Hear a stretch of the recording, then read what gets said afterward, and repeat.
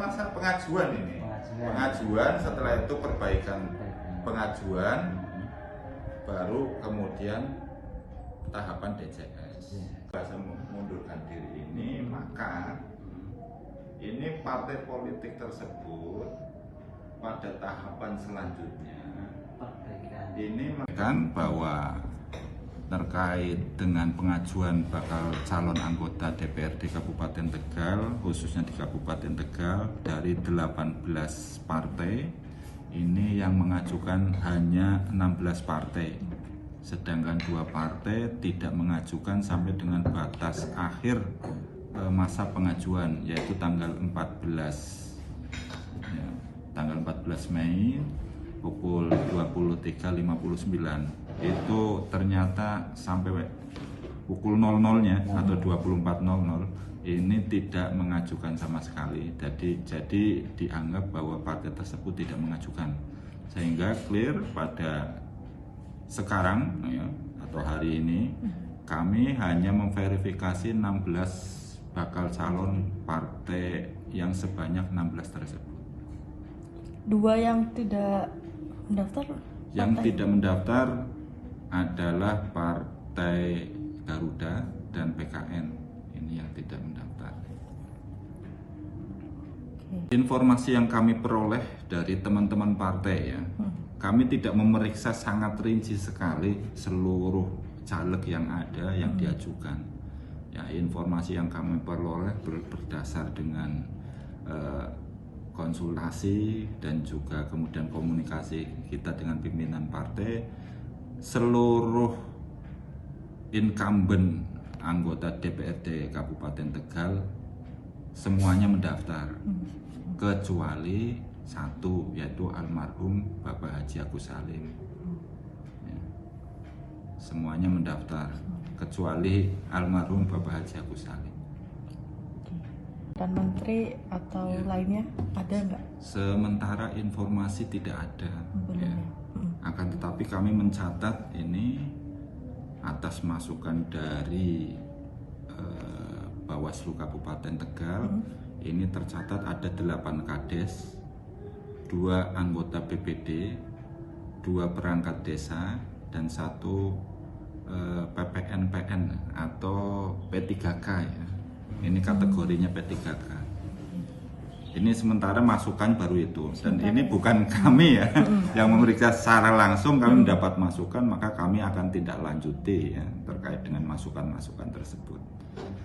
Jadi selain itu belum ada ini ya? Ya, belum ada. Kami informasi dari teman-teman partai DPC, DPD ya, dari partai masing-masing. Ini tidak ada informasi apakah itu mantan pejabat-pejabat yang akan mendaftar, belum ada. Oke. Kalau dari kalangan influencer, seleb, milenial, youtuber ada enggak, Pak? Untuk YouTuber, ini ya. TikToker ya ada? Ya ada ini. Ini malah justru hadir ke sini pada waktu pendaftaran partai tersebut. Jadi kami tahunya malah justru pas hadir ya dari partai, kalau tidak salah partai Gerindra ini. Mas Rezi TikToker itu, Pak? Iya, TikToker itu. Tapi asal kabupaten? Iya, tingkat kabupaten ya. Itu di Dapil 2 kalau tidak salah, itu berdasar pernyataan dari yang bersangkutan. Jadi kami sebenarnya tidak tahu ya teman-teman YouTuber ya, saya tidak tahu persis. Tapi tahunya ketika pada waktu itu hadir di sini dan dikenalkan oleh pengurus partainya. Kami belum melihat ini. Ada tulisan influencer karena memang pekerjaan yang ada di Dukcapil ini kan jumlahnya terbatas. Sementara mungkin belum ada bahwa pekerjaan YouTuber, TikToker ya kan, belum ada. Paling wira swasta itu atau karyawan swasta seperti itu. Kalau yang termasuk milenial, untuk yang milenial sebenarnya milenial cukup banyak sih. Kami melihat umur-umur range umurnya, range umur 21 sampai 25-an itu cukup ya ada lah. Masing-masing partai ada gitu Pak yang Masing-masing partai sepertinya ada biasanya ini. ya. Ya, kami tidak bisa menghitung secara pasti partai mana saja karena memang ini informasinya kan kami tidak bisa kemana-mana dulu karena ini semuanya masih proses. Jadi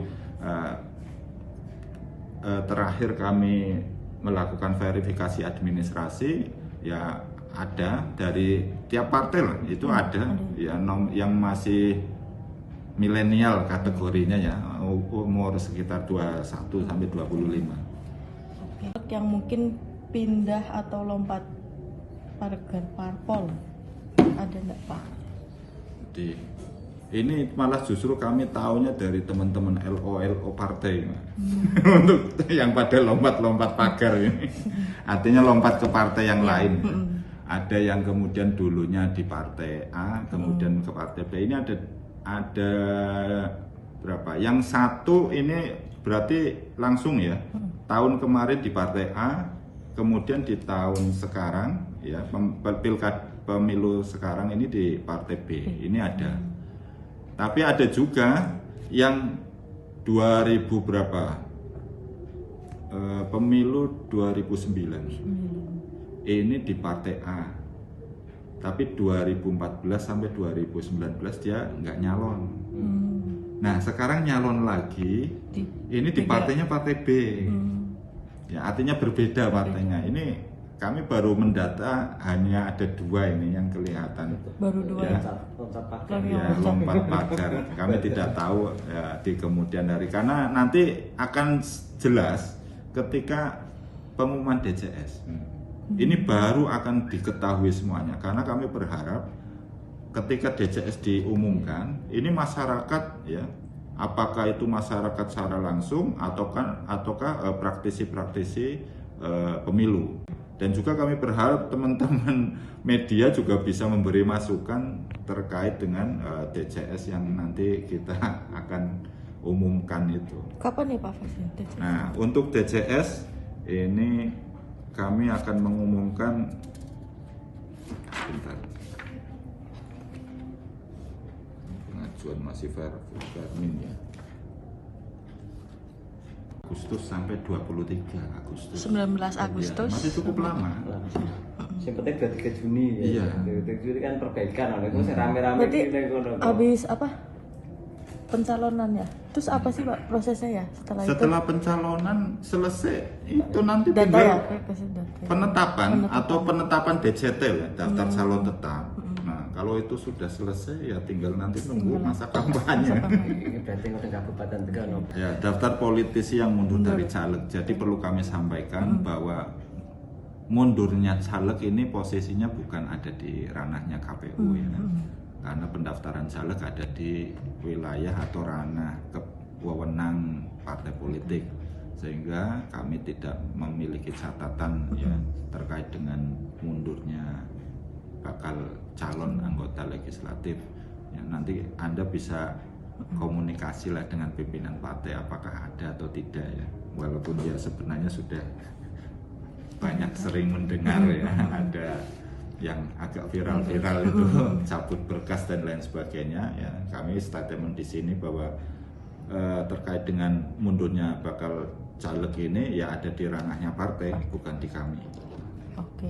Sistem rekrutmen caleg sebenarnya ini kembali jadi partai politik membuka ya, ini partai politik ya, partai politik itu membuka pendaftaran bakal calon anggota legislatif untuk partai tersebut. Nah, nanti dibuka kapan sampai kapan, setelah pendaftaran ditutup dilakukan seleksi ataupun wawancara dan seterusnya menurut apa kaidahnya mereka. Dan hasil seleksi ini kemudian diputuskan ya caleg-caleg tersebut memenuhi syarat atau tidak.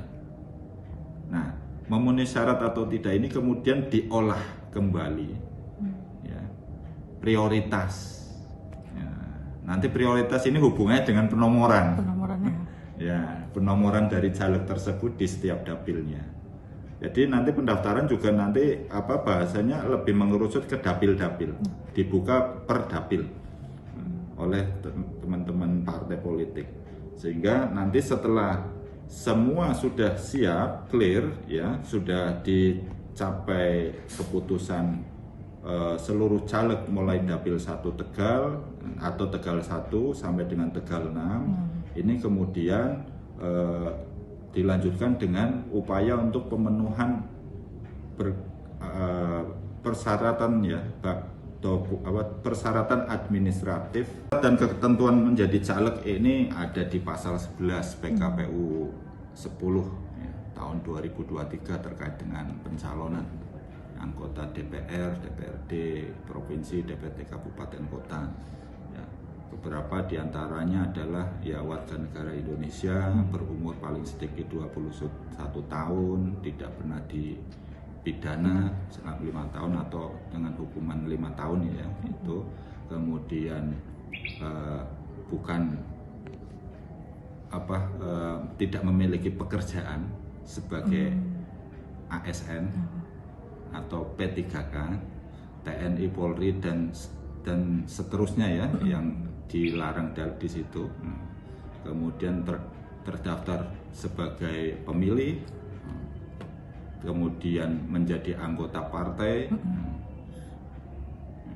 dan kemudian minimal lulusannya SLTA, diantaranya itu ya nanti bisa dilihat di pasal 11 PKPU 10 tahun 2023 tersebut ya, untuk lebih lengkapnya.